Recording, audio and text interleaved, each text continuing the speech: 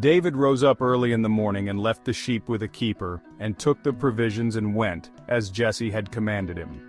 He came to the place of the wagons as the army which was going out to the fight shouted for the battle. Israel and the Philistines put the battle in array, army against army. David left his baggage in the hand of the keeper of the baggage and ran to the army, and came and greeted his brothers. As he talked with them, behold, the champion, the Philistine of Gath, Goliath by name, came up out of the ranks of the Philistines and said the same words. He repeated, "I defy the armies of Israel this day. Give me a man that we may fight together." And David heard them. All the men of Israel, when they saw the man, fled from him and were terrified. The men of Israel said, "Have you seen this man who has come up? He has surely come up to defy Israel. The king will give great riches to the man who kills him, and will give him his daughter, and will make his father's house tax-free in Israel."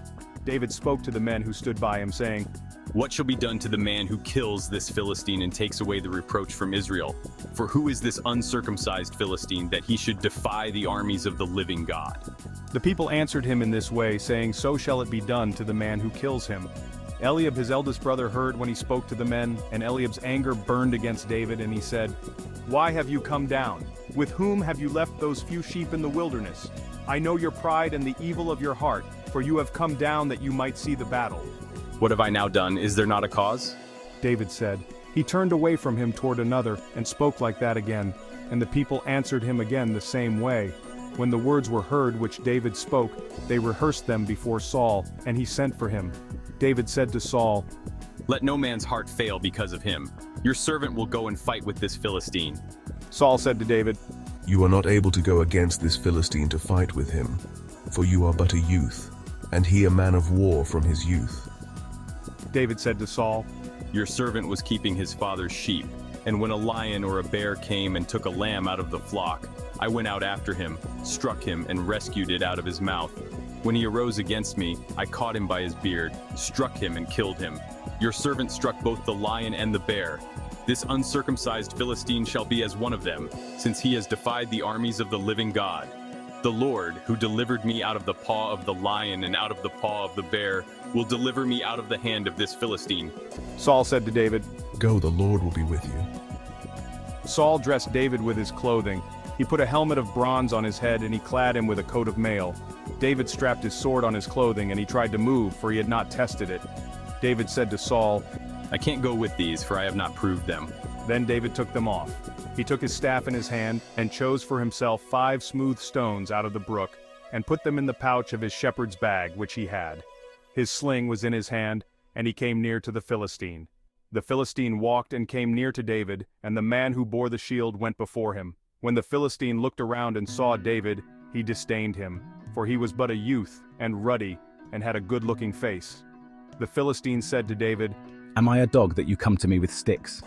The Philistine cursed David by his gods. The Philistine said to David, "Come to me and I will give your flesh to the birds of the sky and to the animals of the field."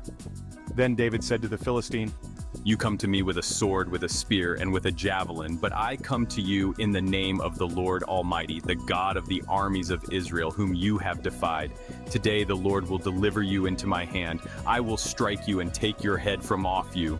I will give the dead bodies of the army of the Philistines today to the birds of the sky and to the wild animals of the earth, that all the earth may know that there is a God in Israel, and that all this assembly may know that the Lord doesn't save with sword and spear.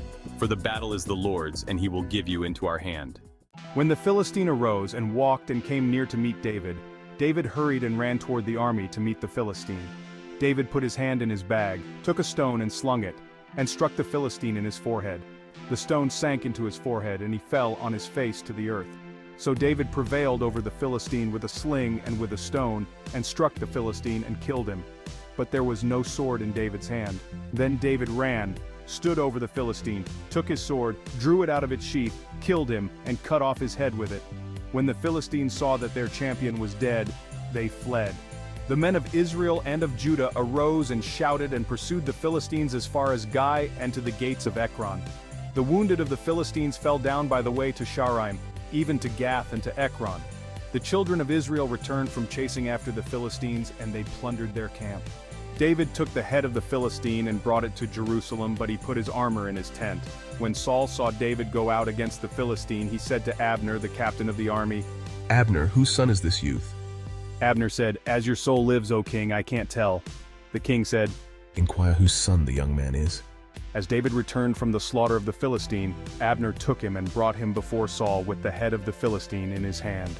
Saul said to him, Whose son are you, you young man? David answered, I'm the son of your servant, Jesse the Bethlehemite. The Lord doesn't save with sword and spear, for the battle is the Lord's.